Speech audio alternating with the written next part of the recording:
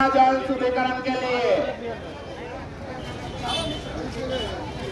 बनास नदी और यमुना जल शुद्धिकरण के लिए दरेक भाइयों बहनों वैष्णवों यमुना जल शुद्धिकरण के लिए हस्ताक्षर करके जाइए। दरेक वैष्णव की फर्ज है अपने ठाकुर जी की चतुर पटरानी यमुना जल में शुद्धिकरण के लिए दरेक भाइयों बहनों हस्ताक्षर करके जाइए।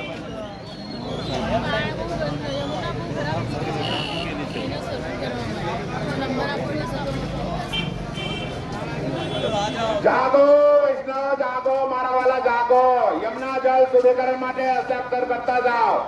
अपना यमुना जल शुद्धिकरण माटे हस्ताक्षर करो, एक एक सिग्नेचर करो दरेक भाई बहनों।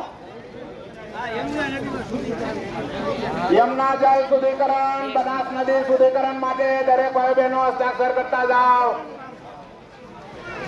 तिलकाई श्री महाराज श्री ની કૃપાથી આ અભિયાન ચાલે છે તો દરેક વૈષ્ણવ સમર્થન આપો।